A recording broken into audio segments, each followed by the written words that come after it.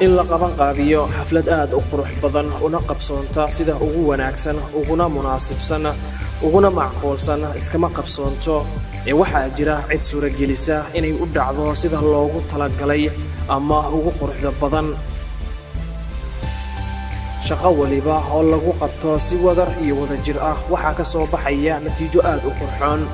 xafladaha 26 Juun iyo 1 Luulyo waxa la wada qiray in loo qabtay una soo gabagaboobeen sida ugu wanaagsan uguna bilicsan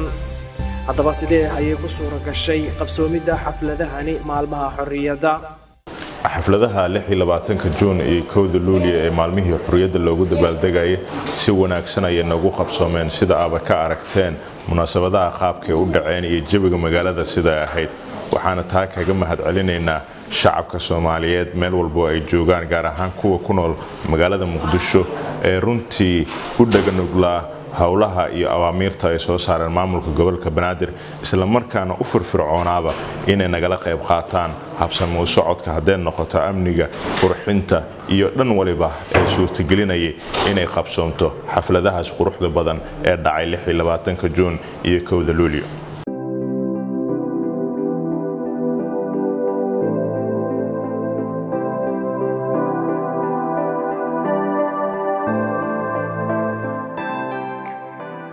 qabsoomida xafladahani 26 Juun iyo 1 Luulyo sidii ay u qabsoontay looma kala harin si wada jira ayaa looga qayb qaatay dawlad iyo shacabba waxa jirtay door weyn uu ciyaaray maamulka gobolka Banaadir gaar ahaan waaxda xiriirka dadweynaha oo suurageliyay isku xirka maamulka iyo bulshada midaas oo laga taabageliyay dhammaan degmooyinka gobolka Banaadir haddaba sidee ayaa la isugu xiray maamulka gobolka iyo shacabka ee ku aadan munaasabadaha maalmaha xorriyadda 26 Juun iyo 1 Luulyo runtii waxay ahaaday maalmo aad qaali u ah had iyo jeer maamulka gobolka Banaadir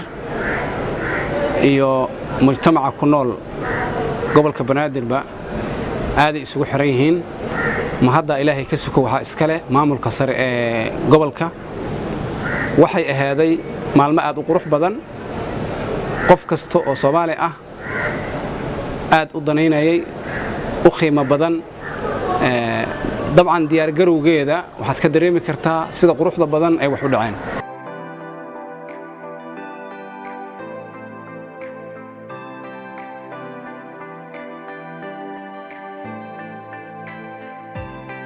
hawsha qabanqaabada iyo qabsoomida munaasabadaha maalmaha xorriyadda ayaa waxaa la geliyay dadaal aad u baaxad weyn iyo shaqo aan kala joogsi lahayn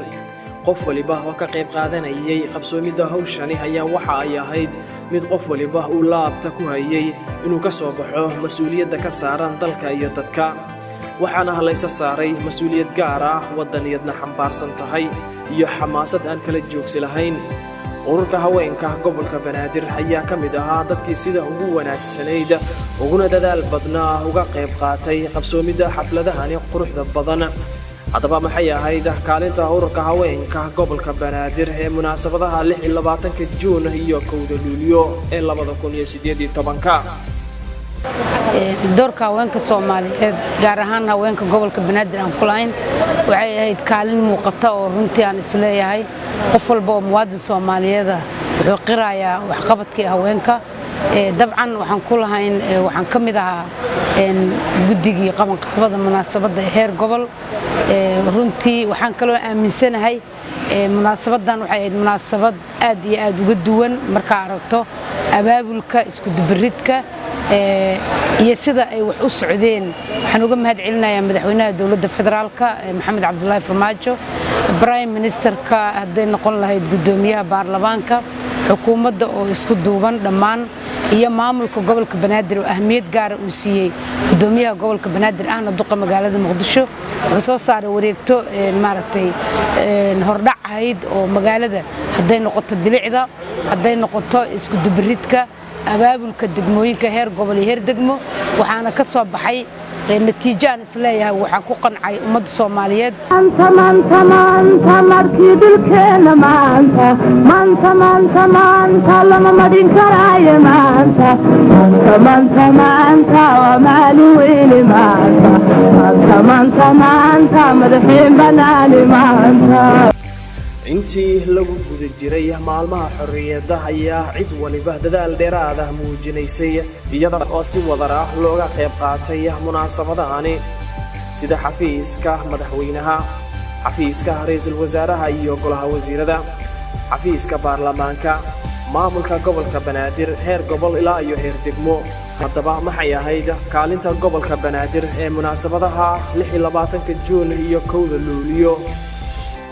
runtii kaalinta maamulka gobolka Banaadir ee munaasabadaha maalmaha xurriyadda wuxuu ahaa in runtii la wacyigeliyo shacabka Soomaaliyeed in ay si nabad ah ku qabsoomaan xafladahaas quruxda badnaa, inay gacan ka geystaan maamulka gobolka Banaadir sidii magaaladan ee ah caasimadda dalka Soomaaliya loo qurxin lahaa. isku soo bax ballaaran ee ka dhacay Stadium Muqdisho oo gacan weyn uu ka geystay maamulka gobolka Banaadir, iyo sidoo kale in shacabka maalmihii xurriyadda lagu jiray loo fududeeyo howlo badan oo ay ka mid yihiin isku socodkii oo kale oo markii ugu horeysay maamulka gobolka Banaadir basas waaweyn oo gaaraya ilaa 19 bas magaaladan Muqdisho ay ka howlgalayeen si ay shacabka u dareemin dhinaca amniga culeyskii saarnaa magaalada, isku socodkiina loo fududeeyay.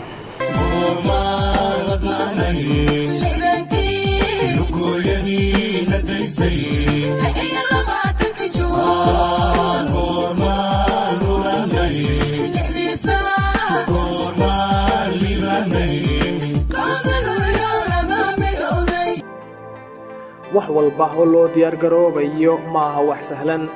gaar ahaan mar haddii la isugu keenayo kumanaan dad ah. diyaar garowga sidiisaba maaha hawl sahlan. in loo diyaar garoobo xafladahan iyo munaasabadahan culeyska ay lahayd ma garan karo qof tijaabiyey maahane. haddaba sidee ayuu ahaa diyaar garowga munaasabadaha 26 Juun iyo 1 Luulyo ee 2018? runtii waxaan dhihi karaa waqti badan ayaa la geliyay, waxaana markaati ka ahaaday sida ay wax u dhaceen. isbuuc ayaan dhihi karaa waqtiga ugu badan. horta waxaan waa wax mar kasta dhaco oo lagu xisaabtamo oo maamul kastoo markaas mas'uuliyadda haayo, haddii shaqaale ahaa lahaayeen iyo haddii ahaa lahaayeen mujtamacba, waa waxay maskaxda ku haayaan. laakiin waxaan dhihi karaa habeenadii ugu dambeysay, isbuucii ugu dambeeyay ayaan juhdi badan gelinay annagoo shacab iyo shaqaalaha dawladda hoose la iswada kaashanayo. marka habeena badan ayaa loo dhafran dhihi karaa. alxamdulillah, ilaahay waa nagu guuleeyay, amaantaas ilaahay baa iska leh. thumma maamulka gobolka Banaadir gudoonkiisa sare.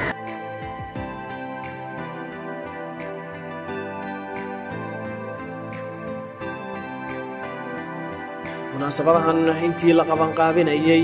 waxaa ka qayb qaatay dhinacyo kala duwan oo ay ku bixiyeen dadaal nooc walba leh. haddaba yaa ka qayb qaatay qabsoomidda munaasabadahani maalmaha xorriyadda? waxaa ka qayb qaatay madaxweynaha dawladda federaalka ugu horeeyay Maxamed Cabdullaahi Farmaajo oo runtii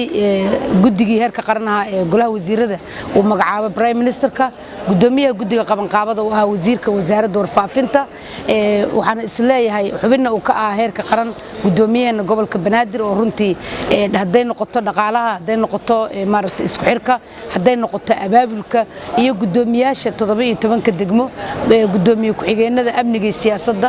maamulka iyo maaliyadda, arrimaha bulshada, xogeeyaha guud, madaxda ugu sareysa gobolka Banaadir ayaa si degan oo jawi aad u qurux badan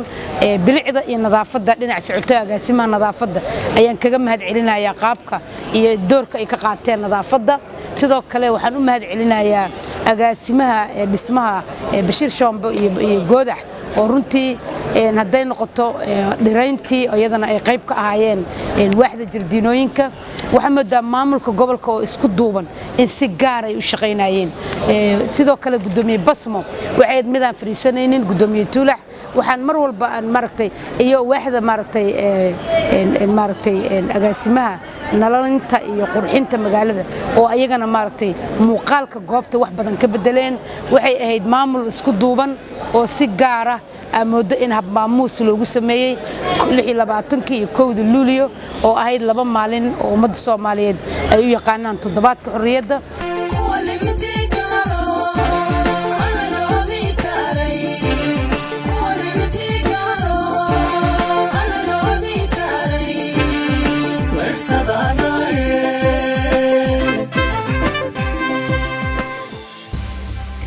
caasimadda muqdisho ayaa si weyn ugu diyaargarowday maalmaha xorriyadda gaar ahaan 26 juun iyo 1 luulyo caasimadda waxay ku labisatay oo meel walbana laga taagay laguna xardhay calankeena buluuga ah dhexdana ku leh xidigta cadda ee shanta gees leh meel kasta ayaa lagu xiray goob walba ayaa laga lulay meherad kasta ayuu ka dulbabanayay magaalada muqdisho ayaa waxay noqotay meel aad u qurux badan bilicdeedana muuqata haddaba qaabkee ayay ku dhacday qurxinta caasimadda ee u diyaargarowga munaasabadaha 26 juun iyo 1 luulyo ee sanadkan 2018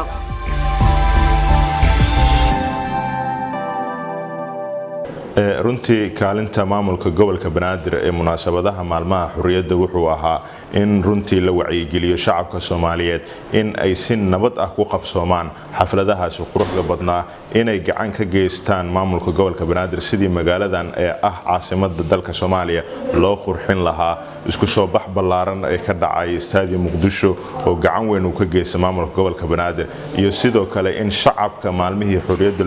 lagu jiray loo fududeeyo howlo badan ay ka mid yihiin isku socodkii oo kale oo markii ugu horeysay maamulka gobolka banaadir basas waaweyn oo gaaraya ilaa 19 bas magaaladan muqdisho ay ka howlgalayeen si ay shacabka u dareemin dhinaca amniga culeyskii saarnaa magaalada isku socodkiina loo fududeeyay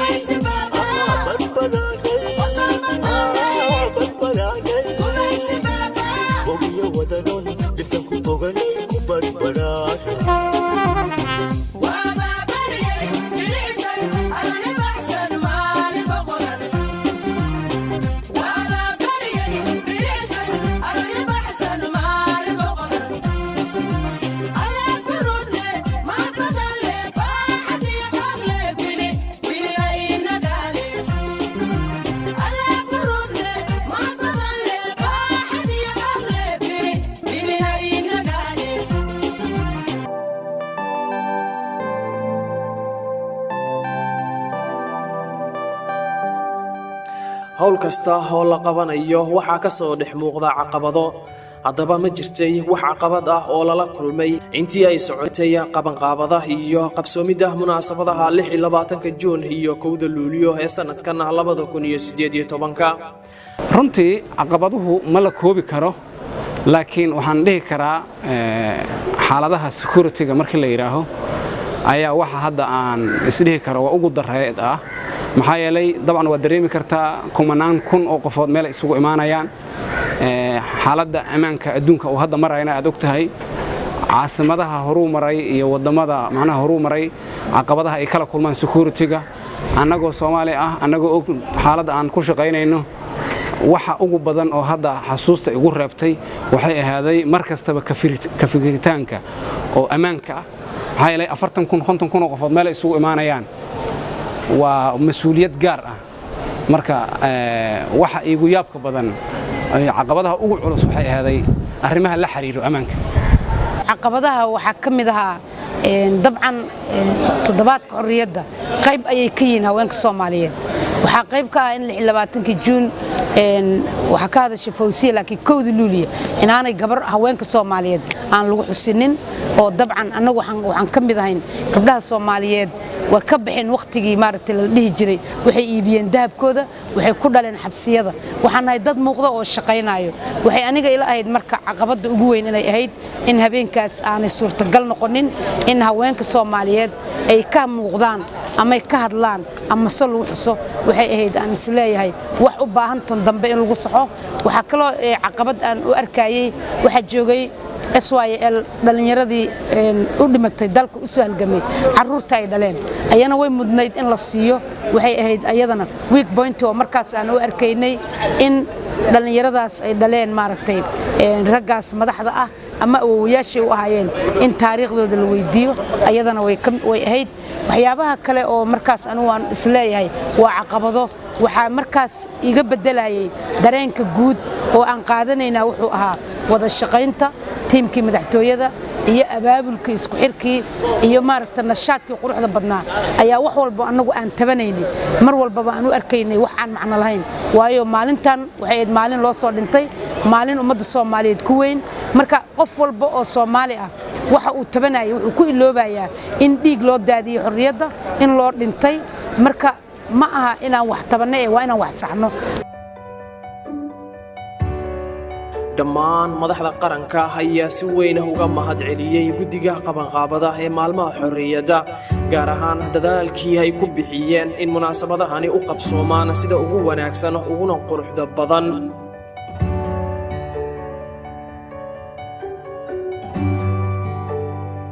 qabanqaabada waxaan jeclaan lahaa inuu noqdo guddi joogto ah oo aysan ahayn oo kaliya munaasabadan nagu weyn laakiin aan soo diyaarino munaasabadaha soo socda haddii Ilaahay yiraahdo iyo 2019 26 26 June iyo 1 July 2019 iyo xafladaha kale iyo munaasabadaha kale soo socda oo loo baahan yahay runtii inaan dadka ku dhiirigelino wadaniyada iyo Soomaalinimada iyo midnimada iyo qaranimada Soomaaliyeed maalmaha xorriyadda sidii iyadana wanaagsaneed ee wada shaqaynta fiican maamulka gobolka iyo dhammaan hay'adaha dawladda iyo guddiga heer qaranba iyadana way kaga mahad celinaynaa